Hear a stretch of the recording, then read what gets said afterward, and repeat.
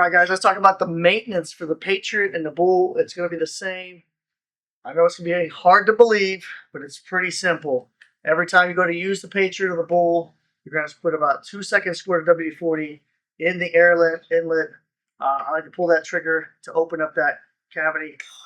And that's about it right there. You plug your hose into it, and that'll force that WD-40 through your system. Do that every 2 hours if you're driving all day. You have to do that at the end of the day. So 2 seconds, squirt it in there, and then drive that last post. You want to work that WD-40 through the system.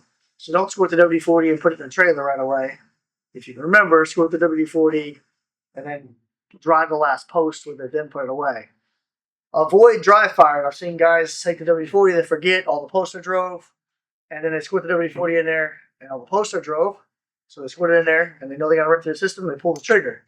Well, that's dry fire, and that's very, very bad for these units, okay? So put it back on top of a post and just pull the trigger for a couple of seconds. It's no big deal, but it needs to hit against the post, all right? So that's going to be simple maintenance you have to do to it every single day. Do not use oil. It has to be the WD-40. We're not looking for a lubricant. That's why it's WD-40. A lot of guys are thinking, well, oil's better than WD-40. You're right, but not now. Not for this unit.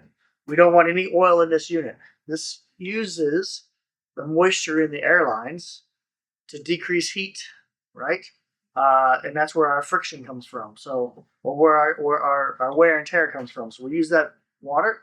But the water, the moisture, is going to, when it sits in here, it'll cause surface rust on the piston and the cylinder.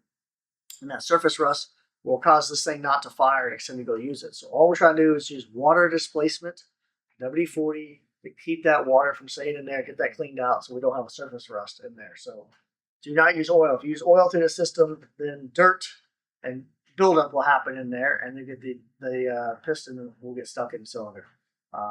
So we don't want to do that at all, okay? The distribution cap up at the top will get clogged up.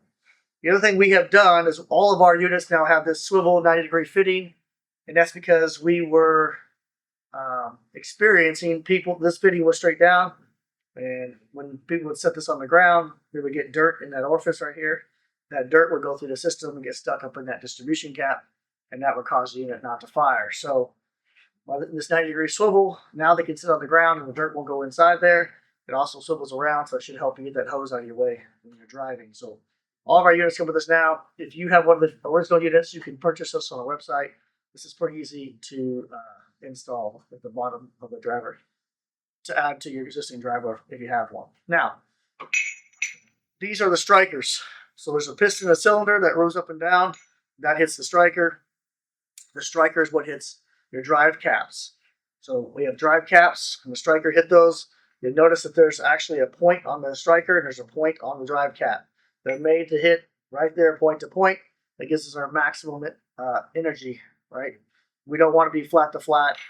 You don't want that drive cap like this, and you don't want this striker hitting like that. So the drive cap goes in the post like this, point to point. Have to use a drive cap with this unit for everything that we drive. Okay, we got drive caps for your 2 3/8. This drive cap also fits the guide post. But we'll get to that in a minute. What about the strikers? These 2 strikers for the maintenance of it, they are a wearable product. This is going to eventually crack at the bottom here. It's made to do that. It's going to take a while. With all these units we have out there, I've only had a couple in the past year or 2 that have actually wore out. So when that happens, you should keep one of these on the shelf. Show you it's not very hard to do. Loosen the 4 bolts that hold your collar.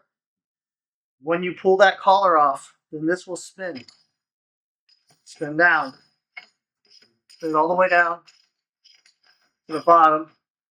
And the striker will come out that easy. It just pulls right out. Okay? And then you just put the new striker back in it. You need to understand that the Bull and the Patriot have different strikers. So they're not interchangeable. So that's the difference in these 2 units. The Bull and the Patriot have a different striker. All right? Probably hard to tell in this video, but they look very, very similar, but there's a slight difference there. You'll put the new striker in.